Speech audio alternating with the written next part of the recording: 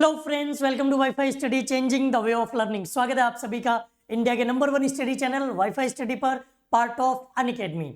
आप हमें देख रहे हैं 7 मिनट ट्रिक्स पर। इस वीडियो में मैं आपको बताऊंगा कि किसी भी एग्जाम की तैयारी आप कर रहे हो, चाहे CHSL हो, CGL हो, MTS हो, स्टेनोग्राफर हो, उसमें जो क्लोज टेस्ट या कॉम्प्रिहेंशन पूछे जाते हैं, 3 वो कौन से तरीके हैं जिससे आप अपने क्लोज टेस्ट और कॉम्प्रिहेंशन को आसानी से सॉल्व करते हो।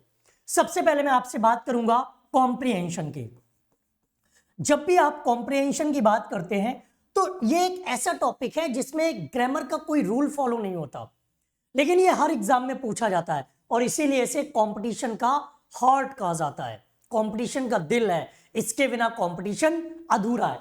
इसमें होता क्या है, आपकी रीडिंग एबिलिटी, आप कितनी तेजी से किसी चीज को रीड करके उसको समझ सकते हो, आपकी अंडरस्टैंडिंग पावर, और इसके अलावा आपकी जो एक्यूरेसी है उसका टेस्ट होता है। कॉम्प्रिहेंशन में यही 3 चीजें हैं जो आपकी काम आती हैं। एक तो रीडिंग एबिलिटी, किस चीज को आप कितनी तेजी से पढ़ के उसे सॉल्व कर सकते हो। आपकी अंडरस्टैंडिंग कैसी है, कितनी अच्छी तरह से कितनी जल्दी चीज को समझ लेते हो। एक्यूरेसी, जो आपने चीज पढ़ी है, समझी है, उसको कितनी तेजी से आप कितनी शुद्धता के साथ सॉल्व कर सकते हो। ये 3 चीजें, और इन 3 चीजों को आप कैसे बढ़ा सकते हो। इन 3 चीजों को बढ़ाने के लिए आपको डेली न्यूज़पेपर का सहारा लेना पड़ेगा। डेली जो न्यूज़पेपर आते हैं, इंग्लिश के न्यूज़पेपर या हिंदी के न्यूज़पेपर, जो भी आप पढ़ें, इंग्लिश के पढ़ेंगे तो ज्यादा फायदा मिलेगा, हिंदी के पढ़ेंगे तो आपको जानकारी हो जाएगी कि इसमें किस टॉपिक पर बात की गई है, किस मुद्दे पर बात की गई है।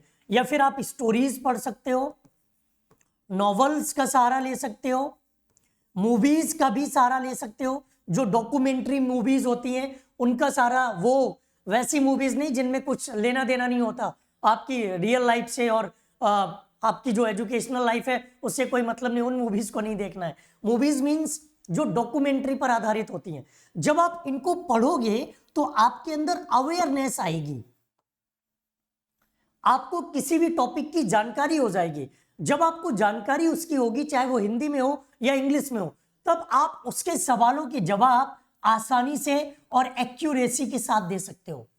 आपसे कोई ऐसा सवाल पूछ लिया जाए जिसके बारे में आपने कभी सुना ही ना हो, गलत जवाब दोगे। अब आपसे कोई ऐसा क्वेश्चन पूछा जाए जिसके बारे में आपने कभी सुना हो। मैंने कहा कि यार बर्मुडा ट्रायंगल के बारे में 3 बातें बताओ। आप बर्मुडा ट्रायंगल के बारे में जानते होंगे तो 3 बातें आप बता सकते हैं।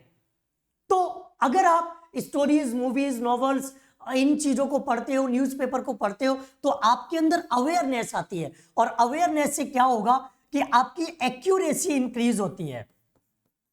जब एक्यूरेसी इंक्रीज होगी तो क्वेश्चंस को सॉल्व करने की जो इंटरेस्ट पावर है वो आपकी इंक्रीज हो जाएगी। ये काम कर सकते हो। इसके अलावा देखो, मैं ये तो नहीं कहता कि हमेशा प्रीवियस ईयर पर भी रिपीट होते हैं। जो करंट के वर्निंग टॉपिक्स होते हैं,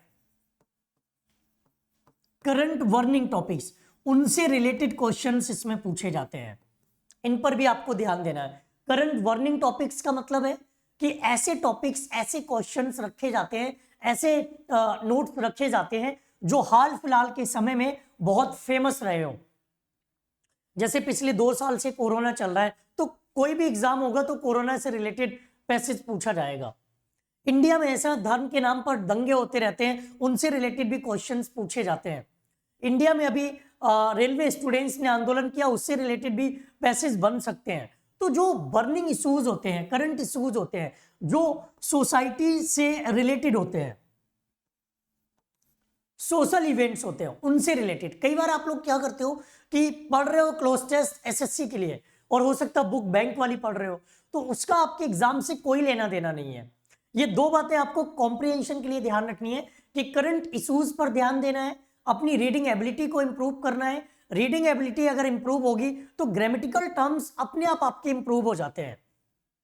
आज बच्चा बच्चा जानता है कि प्राउड के साथ ऑफ आता है। क्यों जानता है? क्योंकि उसने बचपन से इस चीज को बहुत बार पढ़ा है। बच्चा बच्चा जानता है कि फॉन्ट के साथ ऑफ आता है क्योंकि उसने इस चीज को बहुत पढ़ा है। बच्चा बच्चा जानता है कि मेड के साथ इन आता है क्योंकि उसने इस चीज को बहुत बार पढ़ा है। जिस चीज को आपने बार बार कई बार पढ़ा है, सीखा है, समझा है, वो चीज आपको याद हो जाती है। और यही चीज लागू होती है कॉम्प्रिहेंशन पे। जो टॉपिक आप बार बार पढ़ते हो, जिस टॉपिक को आप बार बार सॉल्व करते हो, वो आपको पूरी तरह से तैयार हो जाता है। कई बार लोग कहते हैं कि पहले पैसेज को पढ़ना, उसके बाद क्वेश्चन पढ़ना। कुछ लोग कहते हैं पहले क्वेश्चन को पढ़ना फिर पैसेज को पढ़ना। ये दोनों ही अपने आप में सही है। अगर आपको पैसेज की जानकारी नहीं है, जिस टॉपिक पर पैसेज दिया गया उसकी जानकारी नहीं, तो आप इसको 10 क्वेश्चन सॉल्व करने के लिए 10 बार पढ़ोगे, तब जाके आप इसका जवाब दे पाओगे। और अगर आपके सामने एक ऐसा पैसेज आ गया, मान लीजिए आज हमने डॉरी सिस्टम पर बात की, हमने एंटी पॉल्यूशन पर बात की, हमने इंटॉलरेंस पर बात की, इनके बारे में आप बड़े अच्छे से जानते हो। जब आप इनके बारे में अच्छे से जानते हो तो आपको इनके सवालों के जवाब देने में कोई दिक्कत नहीं आएगी, बिना पैसेज पढ़े भी आप जवाब दे सकते हो। लेकिन अगर कोई नया पैसेज आ जाए, नया टॉपिक आ जाए, तो भैया आपको पैसेज पढ़ना पड़ेगा। तो दोनों बातें सही है, बिना पैसेज पढ़े क्वेश्चन पे जाओ तब भी जवाब दे सकते हो, लेकिन अवेयरनेस है तो। और क्वेश्चन नहीं, अगर आपने पैसेज नहीं पढ़ा और क्वेश्चन पढ़ रहे हो तो हर तरह से सब सही है। बट ये डिपेंड करता है कि पैसेज का टॉपिक क्या है, पैसेज किस टॉपिक पर दिया गया है। दोनों चीजें आपकी सही है। अब कॉम्प्रिहेंशन में टॉपिक्स ध्यान रखो, किन किन टॉपिक्स पर ध्यान देना है। एसएससी के एग्जाम्स की तैयारी कर रहे हो तो जो सोशल इवेंट्स पर रिलेटेड पैसेजेस होते हैं उन पर ध्यान देना है। कोई हिस्टोरिकल रिफॉर्म्स हुआ है, हिस्टोरिकल रिफॉर्म, उनसे रिलेटेड आपको पैसेज पूछे जा सकते हैं। इतिहास में किसी चीज का कोई सुधार हुआ हो, या फिर हम कह सकते हैं कोई हिस्टोरिकल पर्सनैलिटी हो। आजकल के एग्जाम के आधार पर मैं बता रहा हूं, कोई हिस्टोरिकल पर्सनैलिटी है, उससे रिलेटेड भी आपसे एग्जाम्स में क्वेश्चन पूछे जाते हैं। बर्निंग इश्यूज की कोई लिमिट नहीं है, बर्निंग टॉपिक्स की कोई लिमिट नहीं है। ये आप न्यूज़पेपर से या फिर नॉवल से, स्टोरीज से इनसे पढ़ सकते हैं, इनको तैयार करते रहो। अगर इन छोटी छोटी बातों पर आप ध्यान रखोगे, और सबसे पहली बात तो यह है कि इसका डर खत्म कर दो।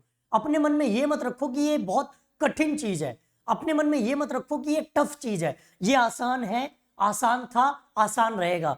थोड़ा सा माइंडसेट पॉजिटिव रखो, थोड़ा सा अपने आप को टॉपिक्स के साथ जोड़ के रखो, अपने आप इन टॉपिक्स को आप सॉल्व कर सकते हो। अगली जो थॉट्स हैं, अगली जो ट्रिक्स हैं, आपको किस टॉपिक पर चाहिए हमें कमेंट करके जरूर बताइएगा। कम से कम 50 स्टूडेंट्स कमेंट जरूर करें, और जिस टॉपिक पर आप हमें बताओगे उसी टॉपिक पर अगला सेशन आपके लिए लेकर आएंगे। ढेर सारी और वीडियोस ट्रिक्स के लिए जुड़े रहिए 7 मिनट ट्रिक्स पे। और सेशन अच्छा लगा हो तो लाइक करिएगा, अपने दोस्तों को शेयर कर सकते हो ताकि और भी लोग फायदा उठाएं और इस क्लास के साथ जुड़ सके। थैंक यू, जय हिंद।